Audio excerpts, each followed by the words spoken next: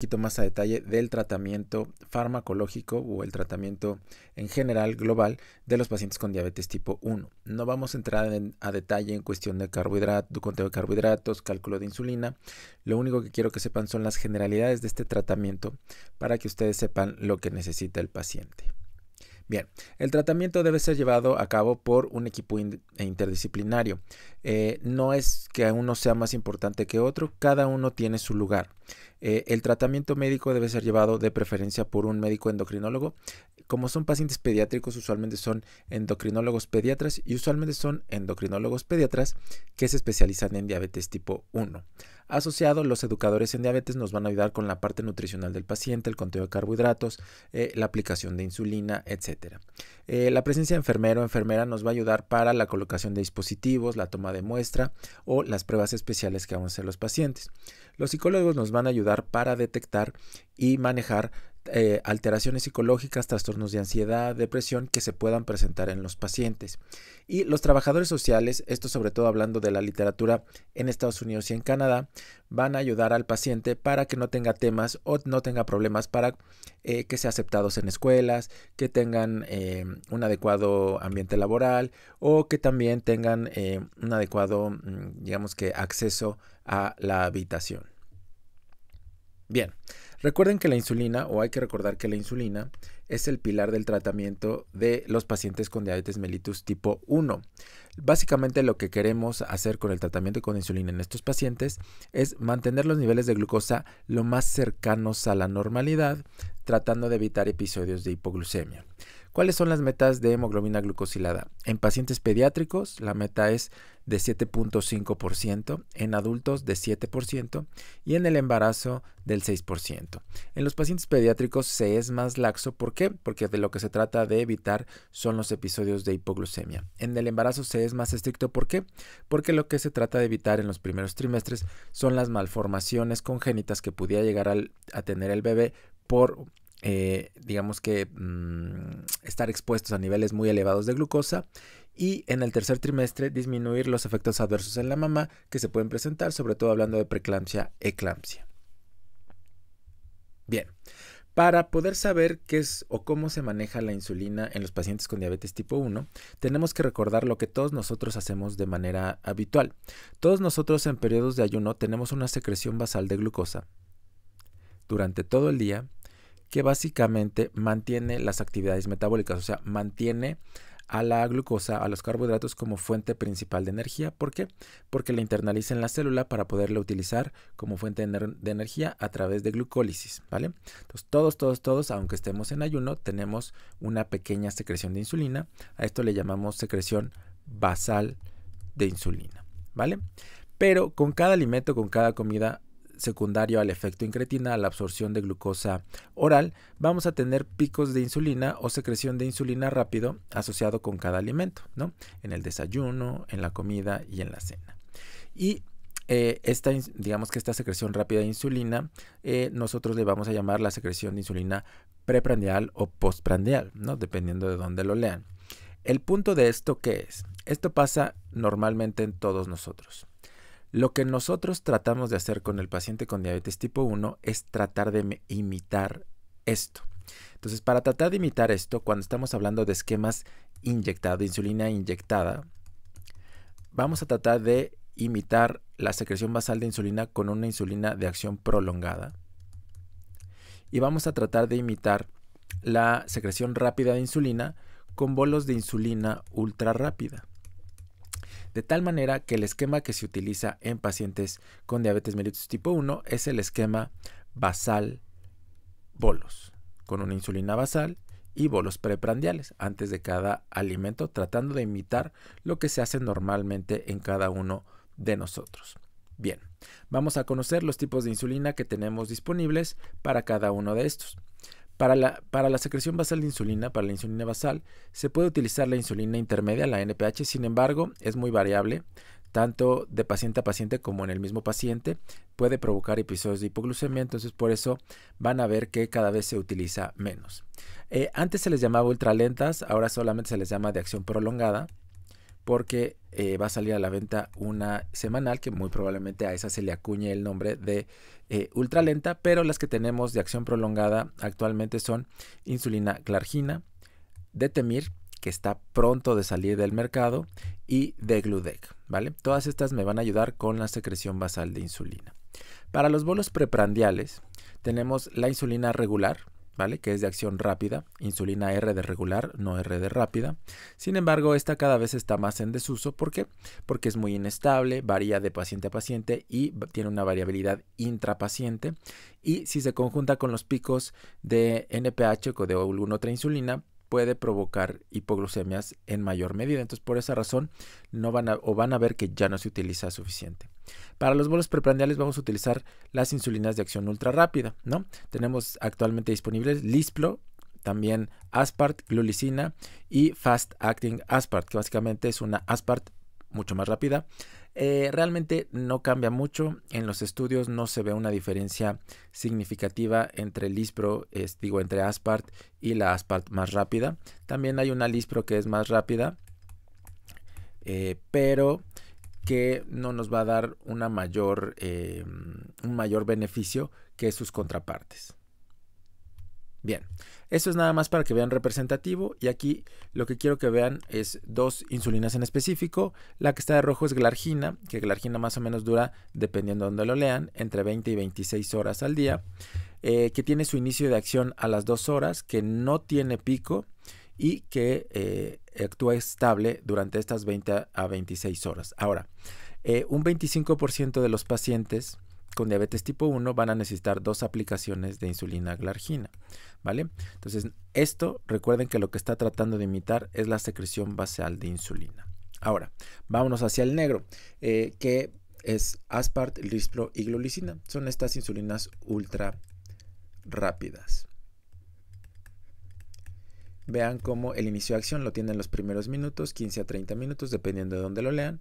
El pico de acción lo tienen aproximadamente a los 60 minutos y tiene una duración, dependiendo de dónde lo lean, que va de 3 a 5 horas.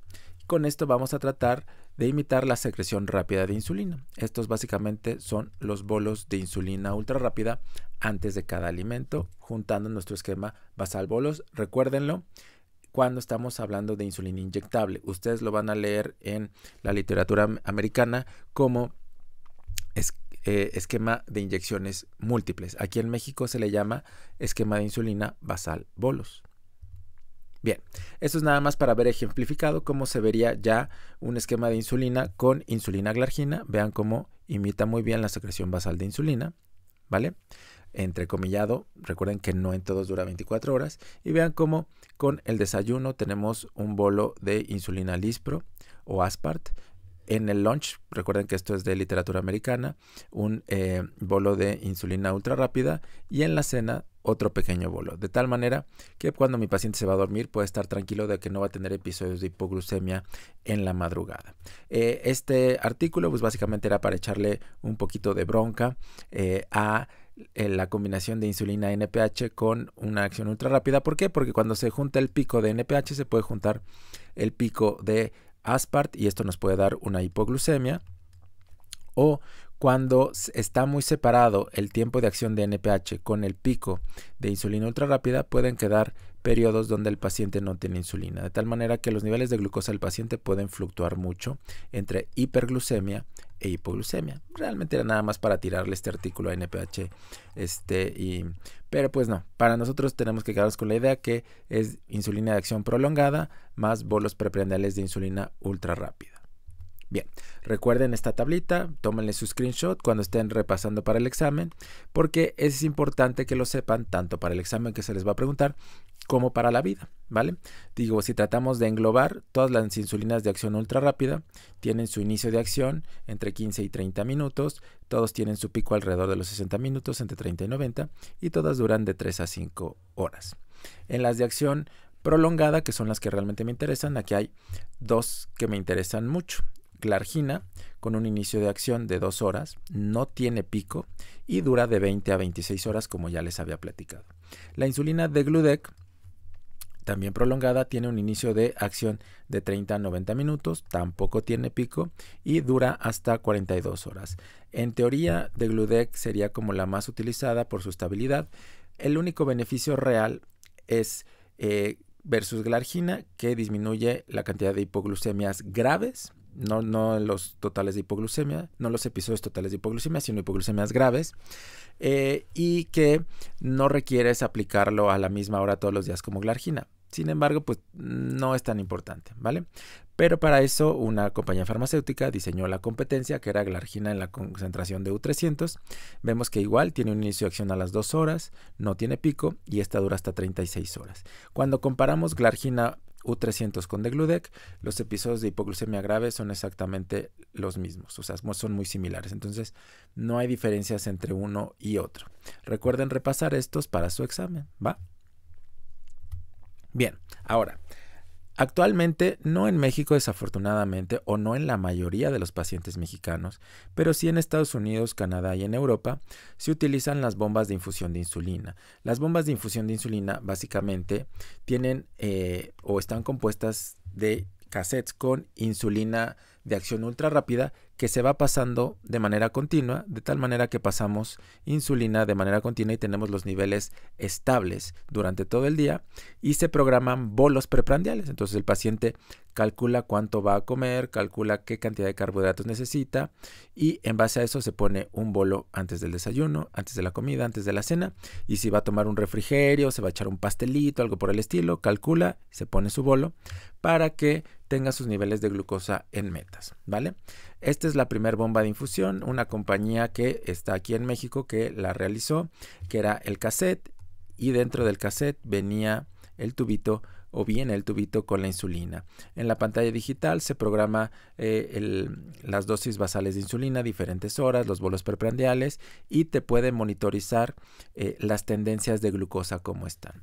La otra compañía, que ya iba a decir su nombre, que es un poquito más actual, tiene estos cassettes que son un poquito más adecuados para el paciente, ya no tienen los tubitos, ya no hay tanto problema en esa parte y se monitorizan o se manejan desde un monitor externo que no necesita estar digamos que conectado por cables. De igual manera el paciente va a calcular cuánta insulina se debe poner en cada alimento. Nosotros tenemos que calcular las insulinas basales, cómo van las tendencias, el índice de carbohidrato insulina, etc.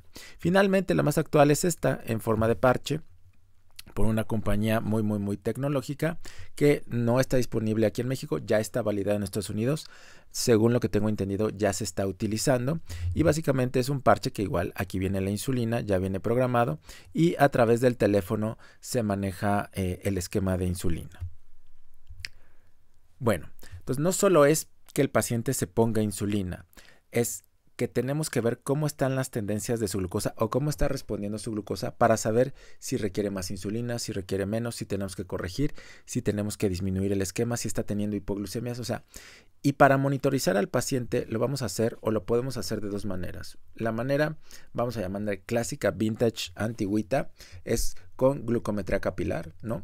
El piquete en el dedo, lo que tenemos en el día a día, y lo que es un poquito más actual es el monitoreo continuo de glucosa. El monitoreo continuo de glucosa básicamente nos está midiendo de manera continua la glucosa intersticial. El único tema con el monitoreo continuo de glucosa es que al ser la glucosa intersticial tiene más o menos un atraso de 5 minutos con la glucosa en tiempo real, ¿de acuerdo? Pero es muchísimo más eficaz y nos va a ayudar más con los niveles del paciente para saber cómo debo de ajustar el tratamiento, ¿vale? Esta monitorización es necesaria para el control adecuado y tenemos que hacerlo. Lo normalito es en ayuno, antes de las comidas, 2 horas después de las comidas y antes de dormir. También debemos de hacerlo cuando hay sospecha de hipoglucemia, cuando veamos complicaciones agudas, vamos a ver los síntomas sugestivos de hipoglucemia y también lo tenemos que hacer antes y después de hacer ejercicio. ¿Por qué?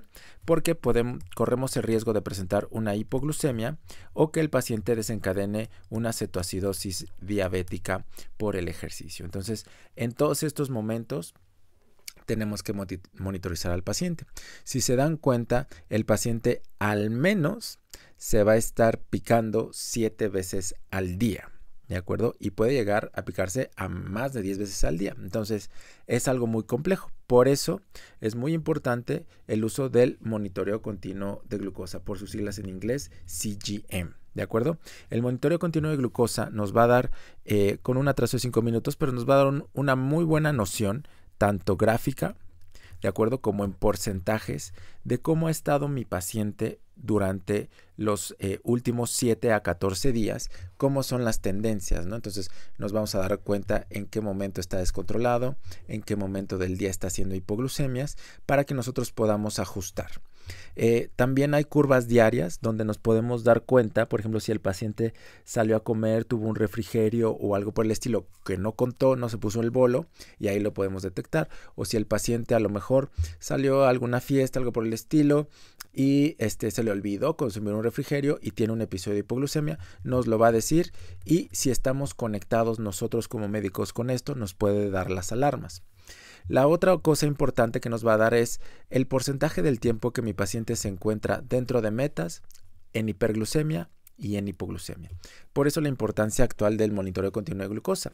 Y esto ya se ha llevado no solo para pacientes con diabetes mellitus tipo 1, sino tiene su lugar también en pacientes con diabetes mellitus tipo 2 y no solo en pacientes que utilizan insulina, sino también en pacientes que no utilizan insulina.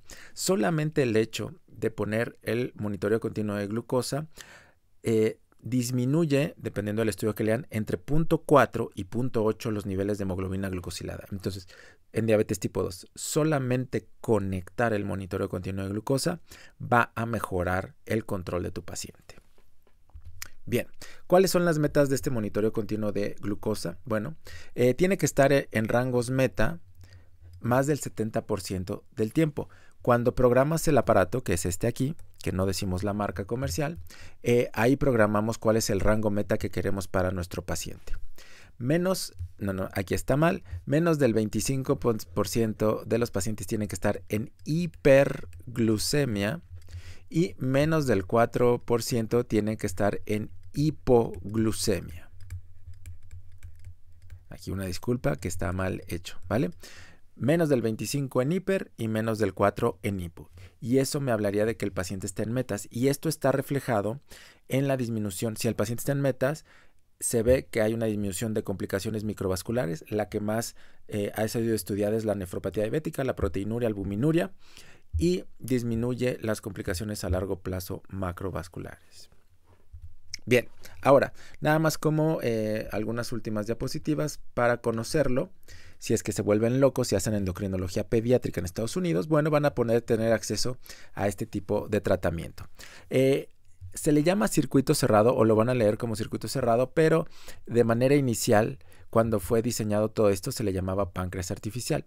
¿Qué es el circuito cerrado o páncreas artificial? El circuito cerrado lo compone básicamente nuestra bomba de infusión de insulina, nuestro monitoreo continuo de glucosa, que van interconectados, y estos a su vez van conectados a un algoritmo que de manera automática va a regular los niveles de insulina que se están secretando por la bomba dependiendo del monitoreo continuo de glucosa. Entonces, el algoritmo está trabajando y está ajustando en tiempo real los niveles de insulina que se van ingresando en base a la glucosa que se está midiendo. Entonces, el paciente sí tiene que confirmar, digamos, que la cantidad de carbohidratos que va a comer, tiene que confirmar que el bolo esté bien, tiene que estar el seguimiento, pero disminuye, digamos, que la responsabilidad o qué tanto el paciente tiene que estar pendiente de todo esto. Entonces ya se maneja casi de manera automática. Obviamente lo que se está viendo a futuro, lo que se quiere ver a futuro, es que estos algoritmos y estos circuitos cerrados sean controlados por inteligencia artificial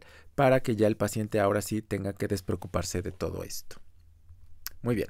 Para seguimiento de complicaciones, muy sencillo. Es igual que en pacientes con diabetes tipo 2, una vez al año van al oftalmólogo, una vez al año les pedimos albuminuria y una vez al año les revisamos sensibilidad de los pies, preguntamos por datos de neuropatía dolorosa. La única diferencia, recuerden que todo lo que viene en rojo es porque posiblemente se los vayamos a preguntar, es que vamos a empezar este tamizaje hasta 5 años después de que le hacemos el diagnóstico de diabetes tipo 1. Entonces, si mi paciente tiene 15 años, a los 20 vamos a empezar el tamizaje de complicaciones crónicas microvasculares.